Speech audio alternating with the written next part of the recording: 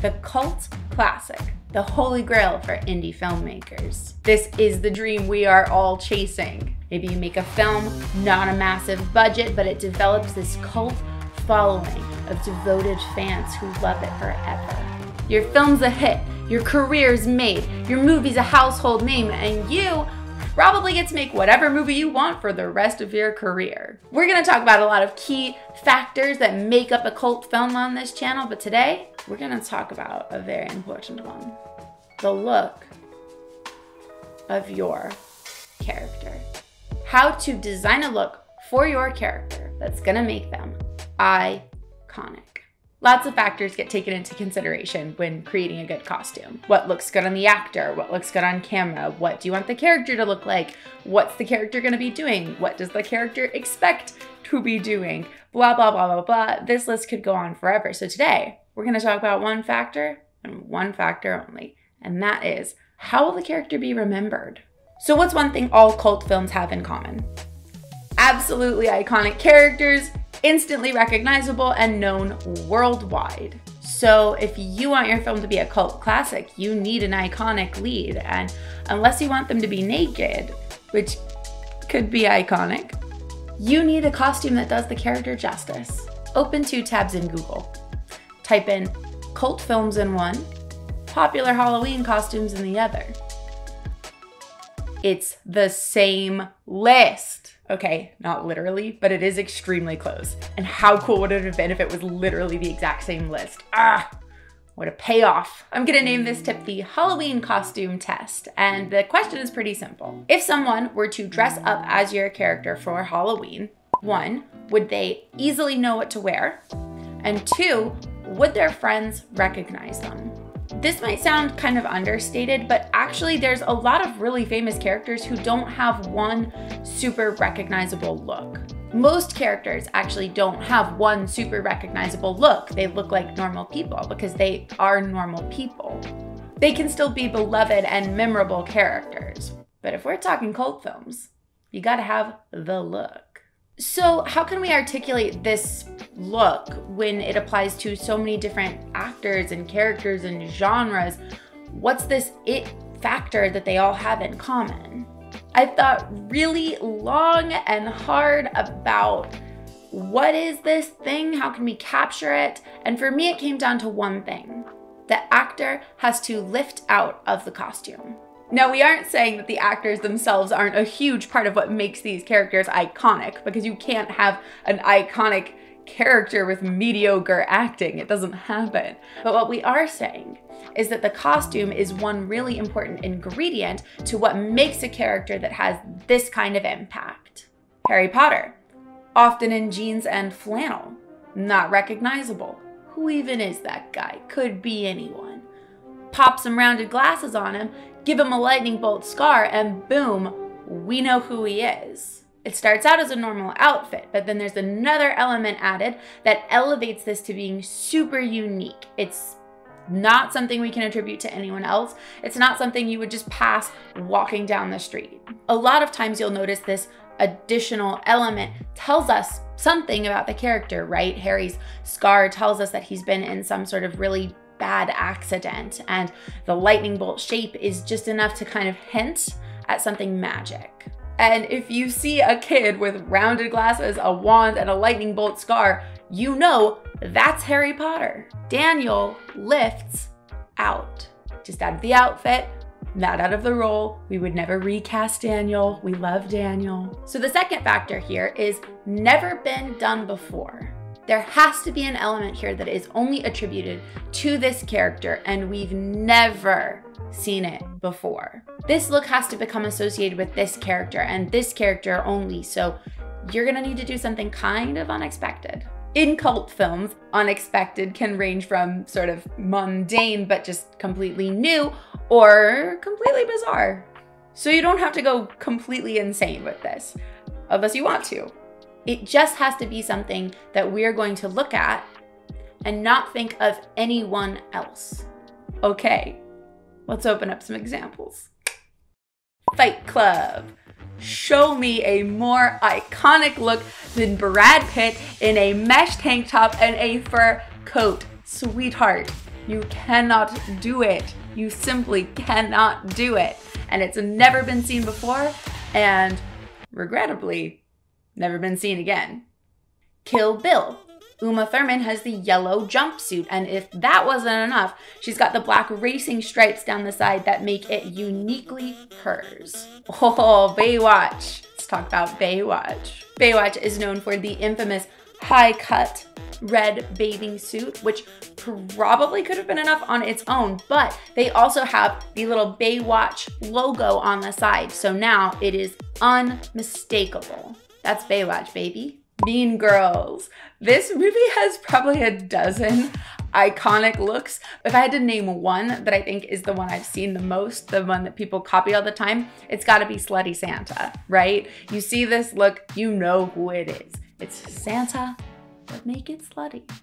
Juno. Honestly, both of these characters are very iconic. You have Michael Cera in the gold sweatband and the little teeny tiny gold shorts.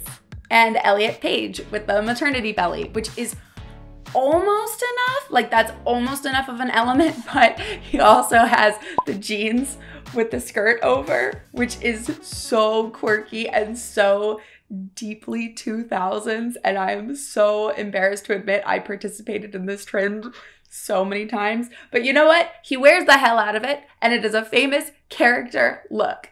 Iconic. Princess Bride. This is a really good example because all the characters in this are instantly recognizable. They all have a very strong look. And lastly, Napoleon Dynamite. And this is the one I really want to talk to you guys about because I think it's a perfect example. It's a cult film, super low budget, crazy low budget, instant cult hit. Everybody was talking about this movie for years. And look at this. Every single character has an iconic look. Napoleon, Pedro, Deb, Kip, Uncle Rico, Rex Kwon Do. Any of these outfits could go on anyone and you would know who it's supposed to be. These costumes could be laid out on a bed and you would know who it's for. So say what you want about this movie, and yes, there are parts of this film that have not aged well. But when we talk about why this movie was an instant hit and why so many people fell in love with it, one of the biggest reasons has to be its unique cast of characters. These characters are all larger than life, completely unique, never been seen before. And if Napoleon had just been rocking jeans and a t-shirt, would we remember that guy? So would these characters be iconic if they weren't wearing these things? Well, let's talk about it.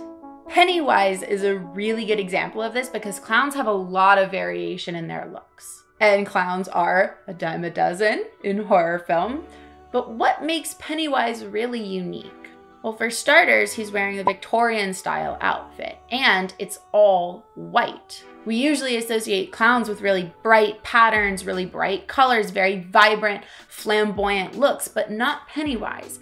It's monochromatic white, the exact opposite of what you usually expect from a clown. Even the face paint, he has the very distinctive eye slits. He also has the really unique hair. And of course, you're waiting for me to say it. I know you want me to say it, the red balloon. And there you have it. He's not just any clown, he's Pennywise. Even Georgie, I mean, if he weren't wearing this yellow raincoat, would it be that memorable of a shot? I don't know, I mean, maybe. But the imagery of the little boy in the yellow coat and the clown with the red balloon is it. People see it and they recognize it anywhere. Case in point, I've never seen it. Boom, fooled ya. Never seen it, never have, never will. Horror is not my genre, but these characters are so iconic, I recognize them and I can talk about them and I can break down this look even without having to watch the movie. Okay, so how can you do this for your character? You can approach this on any scale you want. Your character doesn't have to be loud and out there for this to work.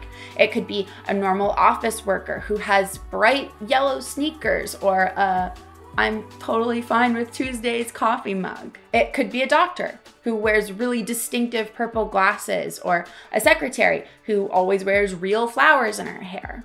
think about what you want to say about this character and then see if you can come up with one element that signifies this, big or small. You can think about purses, shoes, cell phone cases, hair pins, socks, things in the pockets. Is that anything? It could be something.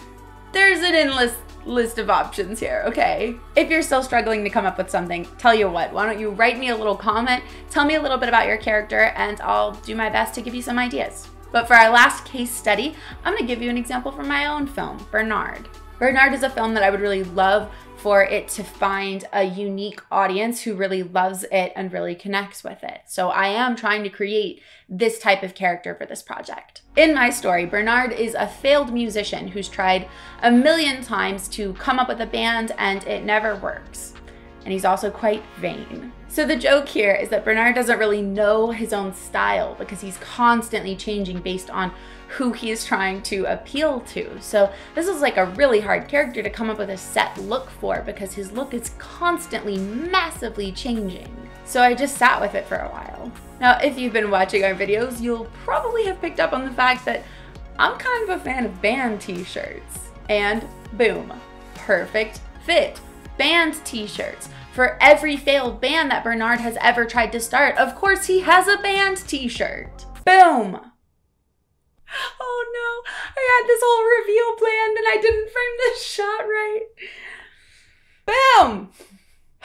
Sometimes you just don't get it right. It's okay. Pretend that was an amazing, can you pretend that was an amazing reveal? Band t-shirt, baby. And Bernard wears a band t-shirt with his face on it in almost every scene. This reminds us that he's vain, he's unaware of how he's being perceived, and he has failed so many times. I took a little bit of myself, a little bit of Bernard, and say what you want about my movie, but nobody's done this look before, babe.